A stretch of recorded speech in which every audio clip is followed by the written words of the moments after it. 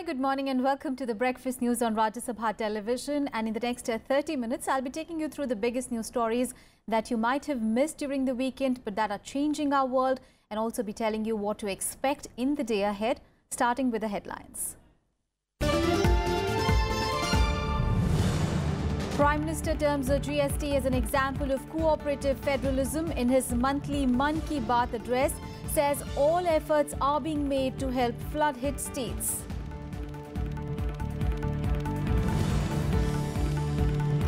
NIA raids in Jammu in connection with the terror funding probe.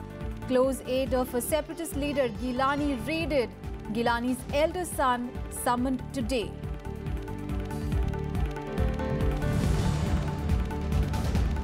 India and Pakistan to hold talks on 2 hydroelectricity projects under Indus Waters Treaty. Talks to be held at World Bank headquarters in Washington.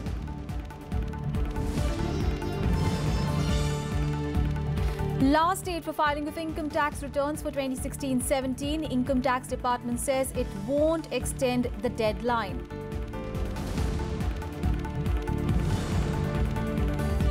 And Russia orders 755 US diplomatic staff to leave the country in retaliation to new US sanctions. Washington calls it regrettable and uncalled for act. Top story this morning, Prime Minister Narendra Modi addressed the nation through his monthly radio program Mann Ki Baat on Sunday. In his address, the Prime Minister said that the GST has transformed the economy and it marks an example of cooperative federalism. He also said that the smooth transition of such a huge measure in a vast country involving crores of people was historic and can be a case study for universities around the world. The Prime Minister also spoke about various other issues like the flood situation in various parts of the country, and also mentioned about the freedom movement in view of the upcoming Independence Day.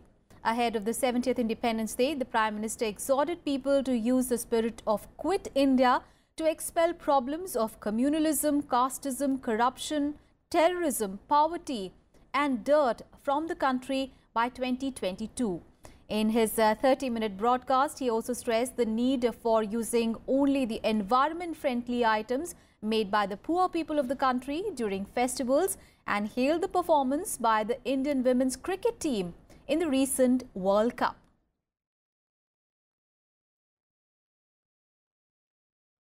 GST Bharat की सामूहिक शक्ति की सफलता का एक उत्तम उदाहरण है। यह एक ऐतिहासिक उपलब्धि है और ये सिर्फ टैक्स रिफॉर्म नहीं है, एक नई ईमानदारी की संस्कृति को बल प्रदान करने वाली अर्थव्यवस्था है। बाढ़ प्रभावित क्षेत्रों की पूरी मॉनिटरिंग हो रही है, व्यापक स्तर पर राहत कार्य किए जा रहे हैं। जहां हो सके वहां मंत्रिपरिषद के मेरे साथी भी पहुंच रहे हैं। राज्य सरकारें भी अपने अपने तरीके से बाढ़ पीड़ितों को मदद करने के लिए भरसक प्रयास कर रही हैं। Meanwhile, reacting to Mann Ki Baat, the Congress party said that Prime Minister appears to be disconnected from ground realities. And the party said that Prime Minister has failed to address issues such as unemployment and agrarian crisis in his radio address. Now, Congress leader Pawan Khera said that while the Prime Minister speaks about eradicating corruption in his radio program, why has he maintained silence on the Panama Papers leak? The leader said that the Prime Minister's radio address is irrelevant as it does not touch the fundamental issues faced by the country. खाद्य पदार्थों के बढ़ते मूल्य, माफ कीजिएगा, आप कहते रहिए कुछ भी, लोगों की जेब और लोगों का पेट झूठ नहीं बोलता, उन्हें वो आवाज भी आती है। आपके मन की आवाज से कहीं ज्यादा तेज है वो आवाज। And let's get an update on the flood situation across various states of the country. Gujarat Chief Minister Vijay Rupani conducted an aerial survey of the flooded districts of Gujarat on Sunday. Now, Rupani assured financial help within 2 days to the people who are facing losses due to floods. He said that the government is working towards bringing things back to normal in flood-hit Banaskantha. He will be camping in flood-hit districts of North Gujarat for the next 5 days to ensure faster action. Meanwhile, the flood-like situation in the districts of Rajasthan now has started to improve as the waters have showed receding trend, even as the death toll touched to 17 since 22nd of July. Relief and rescue operations at all the affected districts are being carried out by the NDRF, SDRF, the Army, as well as the district administrations. The Rajasthan Chief Minister Vasundhara Rajya reviewed the situation and gave necessary directions to the officials to ensure that the relief operation went on smoothly. Meanwhile, 11 people were killed as lightning struck them in Odisha. However, water level in Brahmani River receded at some places. As per reports, around 1,600 people have been evacuated to safe shelters, while many others in the inundated areas have taken shelter in the houses of their neighbours. Now, Chief Minister Naveen Patnaik directed officials to ensure that people in Rajya and Bhadrak districts get house damage assistance within 3 days. Now, the flood situation in West Bengal improved as the water began to recede in a majority of the rivers in worst hit Havra, Hooghly and Midnapur districts. The toll, however, rose to 34 since 21st of July. The state's Disaster Management Department said that nearly 25 lakh people were affected in about 170 villages in 11 flood-hit districts. Now, Prime Minister Narendra Modi on Sunday said that extensive relief is being provided to the flood-hit states, and crop insurance companies now have been asked to be proactive in the settlement of the claims of the affected farmers.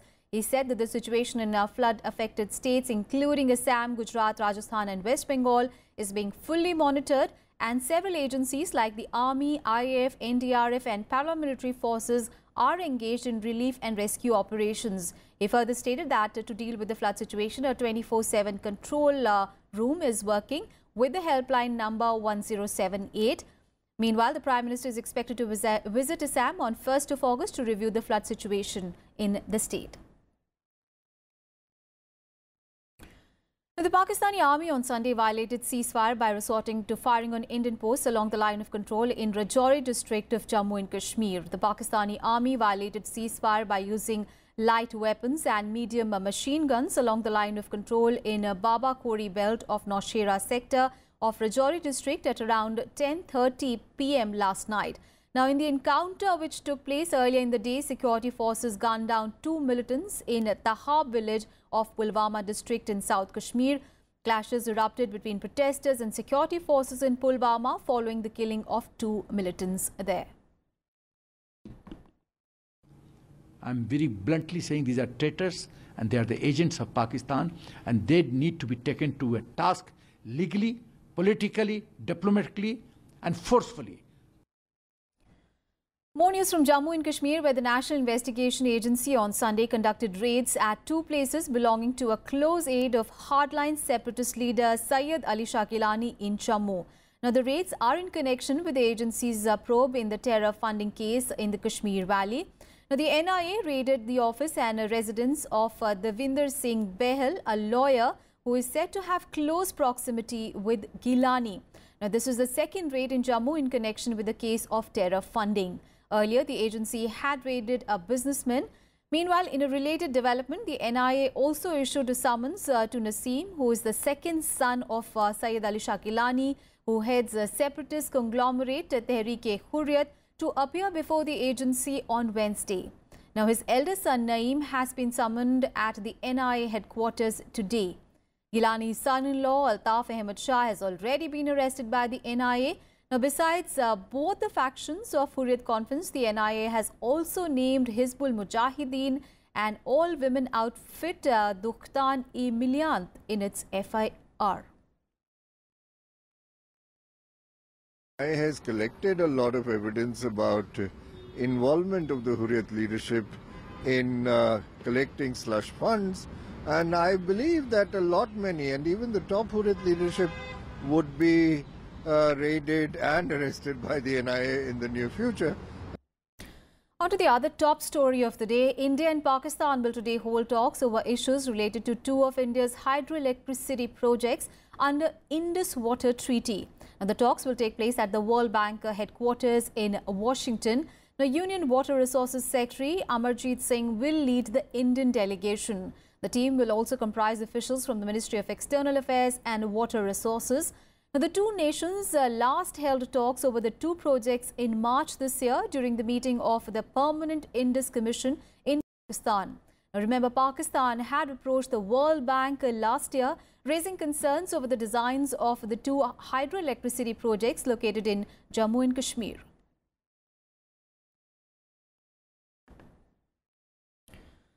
Now on to political developments in Gujarat. Now, the Congress party on a Sunday paraded all its legislators from the state in Bengaluru in an effort to quell speculation of any conflict in the party ranks. The Congress attacked the BJP for trying to create a rift in the party and alleged that the BJP was trying to poach its MLAs ahead of the Rajya Sabha elections from the state. Now, speaking at a press conference, party's spokesperson Shakti Singh Gohil claimed that the BJP tried to buy 22 of its MLAs by offering 15 crore rupees for cross-voting on the 8th of August election. He also alleged that the BJP was using the CBI to target the Congress leaders. Gohil also defended the move to fly in MLAs to Bengaluru, saying that it was taken to save democracy. The BJP, on the other hand, denied all the charges and criticized the Congress legislators for leaving the state when it was reeling under floods. The Congress party in Gujarat has been in turmoil since the announcement of the renomination of Ahmed Patel from the state. Of the initial strength of 57 in Gujarat, the now 6 MLAs resigned from the party last week, 3 of whom joined the BJP. Bharatiya Janata party ने शाम दाम दंड भेद राजनीति में level होता है, किया जा सकता है, पर जिसे बिलो बिल्ड कहते हैं, झूठा मुकदमा दर्ज करो, सीबीआई की धौंस दिखाओ, ईडी की दिखाओ, आईटी की दिखाओ, तो वो अगर मेरे नेता से किसी को प्रॉब्लम था, मेरी पार्टी से प्रॉब्लम था, तो 4.5 साल तक वो प्रॉब्लम नहीं दिखा। राज्यसभा चुनाव आया तभी प्रॉब्लम हो गया मेरी पार्टी में। गुजरात के कांग्रेस नेता बंगलोर में प्रेस कॉन्फ्रेंस करके भाजपा पर आरोप लगाना माने उल्टा चोर कोतवाल को डांट रहा है, क्योंकि ये तो भाग गए बंगलोर जब पूरा गुजरात बाढ़ के चपेट में है, पूरी सरकार बाढ़ के संकट से जूझने में लगी है, पूरे एनडीआरएफ और एयरफोर्स और सारे लोग लगे हैं लोगों को राहत दिलाने में, और पूरी पार्टी हमारी लगी है जब राहत देने में, तब ये जाके बैठे हैं प्राइवेट लग्जरियस रिजॉर्ट में बंगलोर में। On to some other news, Union Finance Minister Arun Jaitley has said that the centre is committed to create a positive environment for business and industry in India, and in return expects ethical practices by them. Now, addressing the GST conclave organised by prominent trade and industry bodies in Chennai, he said that tax compliance is necessary for nation's growth. The finance minister said that the GST has done away with the pain of filing multiple returns with many human interfaces. He observed that there would always be some people to oppose the status quo and underscored that it is a reform which is strongly perceived to be in the interest of the nation. Then one should not blink. The Minister of State, Minister for Commerce and Industry, Nirmala Sitharaman, was also present at the occasion. Initially, we have kept multiple slabs because we didn't want the GST to have an inflationary impact. A product which is, let us say, paying 10% or 11%, if you can bring it to the 12% category, if you suddenly took it to 18%, there'll be a huge inflationary impact of that product. And today is the last date for the filing of the income tax returns for the financial year 2016-17. Now, the Income Tax Department has no plans to extend the deadline, as it has already received over 2 crore returns electronically. On reports of the e-filing website facing some glitches, PTI is quoting an income tax official as saying that no major glitches have been reported with the department's e-filing website, barring a few times when the portal was interrupted for maintenance. Now, the linking of the Aadhaar number with a permanent account number, PAN of a taxpayer has also been mandatory for the filing of income tax return beginning 1st of July this year. Now, the Income Tax Department has also asked the taxpayers to declare cash deposits made in their bank accounts aggregating to 2 lakh rupees or more post demonetization. And in Breakfast News, we'll take a very short break. We'll be back with international and sports news. Stay tuned.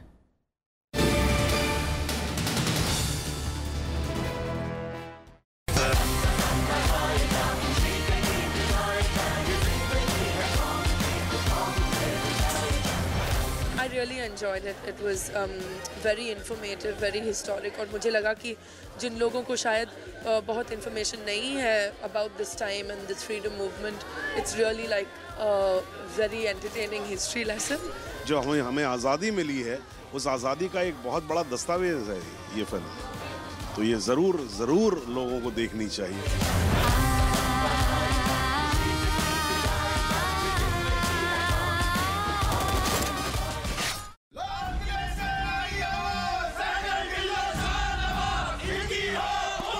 जानजुआ Rajput घराने से हूँ और मेरे खानदान की रगों में हमेशा ही फौजी खून रहा है. उस वक्त मैं हिंदुस्तान को एक अंग्रेज की नजर से देखता था. अंग्रेजों का नमक खाया हमने, उसे खारिज कर दूं मैं. लेकिन जब नजर साफ हुई तो मेरी समझ में आ गया, आजादी के लिए लड़ने वाली अगर कोई फौज है तो उसका नाम है आजाद हिंद फौज. खानदान दी पग तार तार करके हुण रिश्ते गिना रहे हो. You are charged with Indian Army Act Section 41, waging war against the king. कसमें खाई थी कि अंग्रेजों के खिलाफ लड़ेंगे, चाहे खुद की जान क्यों नहीं चली जाए. अंग्रेजों के खिलाफ हम तीनों साथ लड़े हैं, मुकदमा भी साथ ही लड़ेंगे.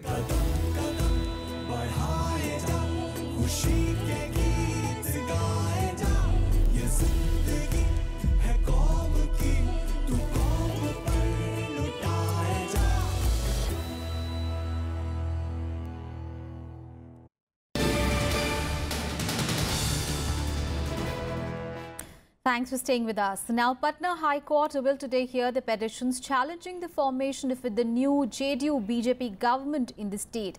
The petitions, one of which is filed by a RJD MLA, states that the formation of the new government in Bihar is unconstitutional and that the RJD should have been first called by the governor to form a government in the state, as this party has the maximum number of seats in the state. Meanwhile, JDU has said that it will support the opposition vice presidential candidate Gopal Krishna Gandhi in the 5th of August elections, despite joining hands with the BJP in the state. The senior party leader KC Tyagi said that the commitment to support Gandhi was made by Nitish Kumar prior to joining hands with the BJP, and the party's stand will not change. People in Bihar are talking that how can this gentleman who got votes from the poor section of the society has sold their votes from Hey Ram to Jai Shri Ram. I mean, this journey is absolutely, we had never anticipated that this person can stoop to this level. Tomorrow they shall not be able to hold a small meeting in the countryside in Bihar. That is the outcome of this robbery of the mandate. And a day after an RSS worker was killed, now Kerala Governor P. Sathasivam on Sunday summoned Chief Minister Pinarayi Vijayan and Director General of Police Loknath Behra. The two apprised the governor of the steps that have been taken in connection with the brutal killing. Now, Vijayan and Behra met the governor separately after they were summoned at the Raj Bhavan to ascertain the action taken following the recent violent incidents, including the killing of RSS worker Rajesh.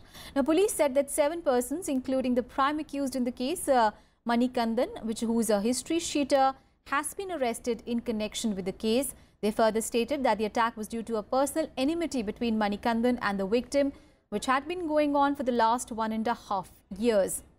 Meanwhile, Home Minister Rajnath Singh on Sunday voiced concern over the attacks on political workers in the state and said that political violence was unacceptable in a democracy. Meanwhile, a statewide hartal called by the BJP in protest against the killing of Rajesh evoked a near total response.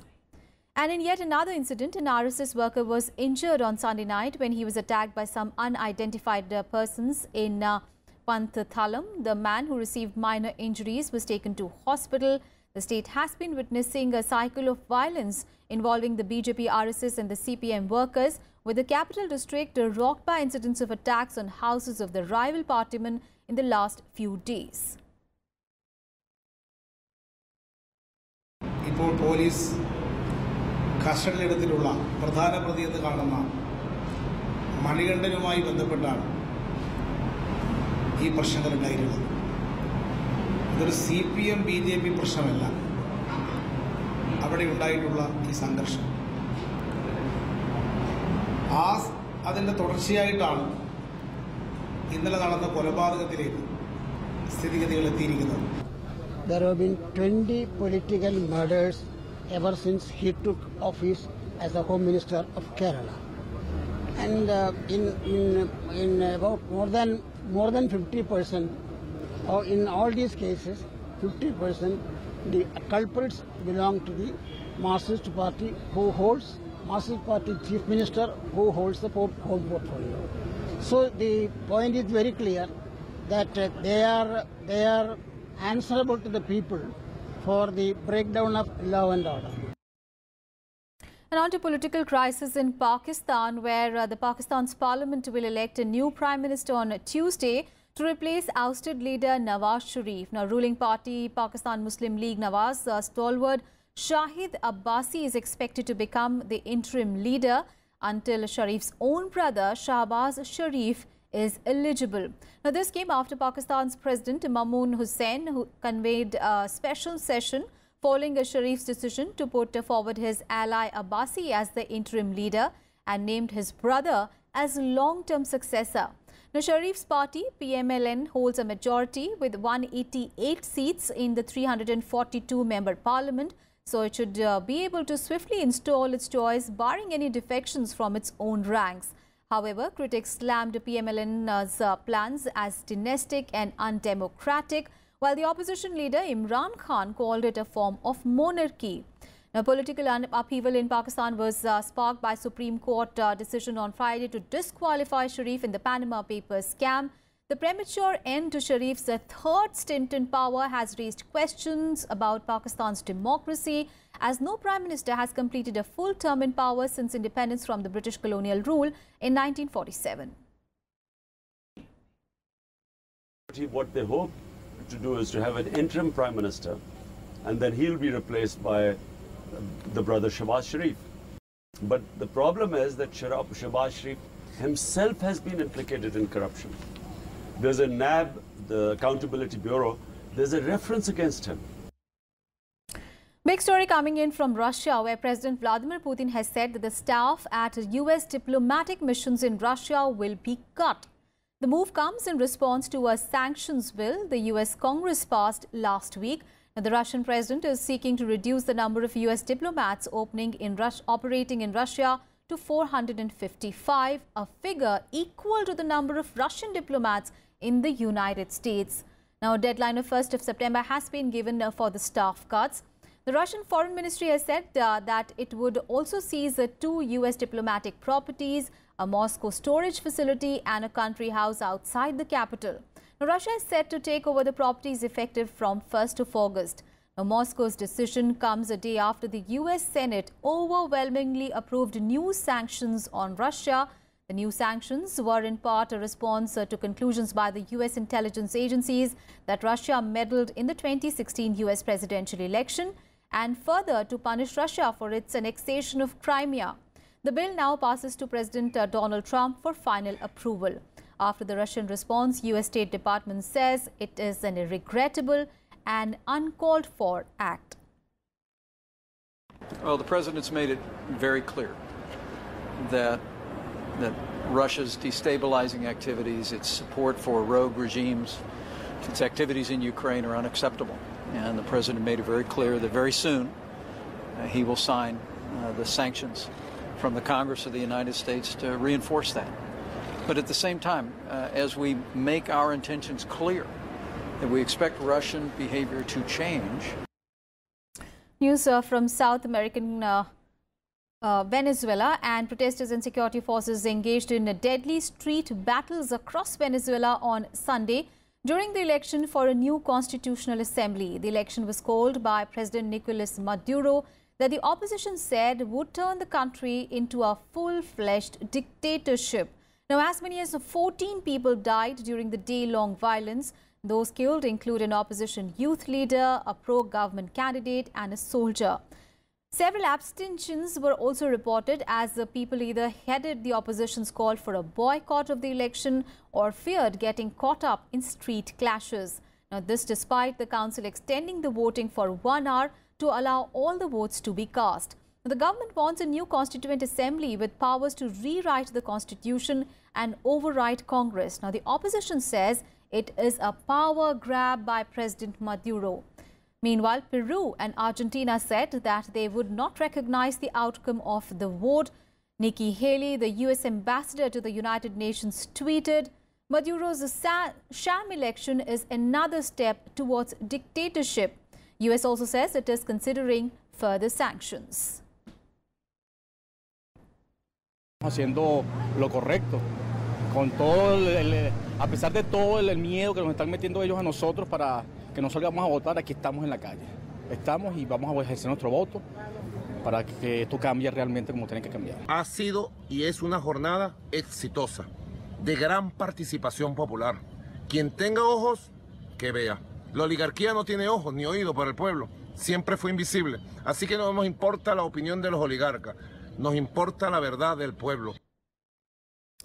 And let's get you some more news from across the world in World Wrap.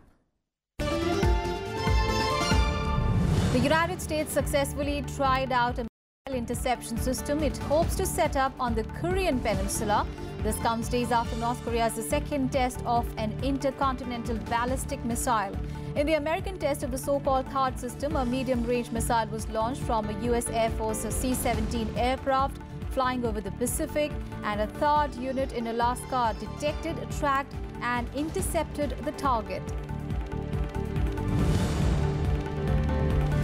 A Kurdish Iraqi man armed with an M16 automatic rifle opened fire in a packed nightclub in southern Germany after a dispute there, killing a bouncer and wounding 4 people before being shot by the police. The foreign gunman had been living in Germany since 1991, having obtained asylum status. The police say that nothing suggests that it is a terror attack. And 4 Arab states that cut ties with Qatar met to discuss the diplomatic crisis. They insisted on compliance with a list of sweeping demands while refraining from now imposing more punitive measures against the Gulf state. It was the second meeting of the foreign ministers of Saudi Arabia, the UAE, Egypt and Bahrain since the countries cut diplomatic ties and transport links with Qatar on 5th of June this year. That's it from me and my team in this edition of Breakfast News. Thanks so much for watching and have a great day ahead. Thanks for watching.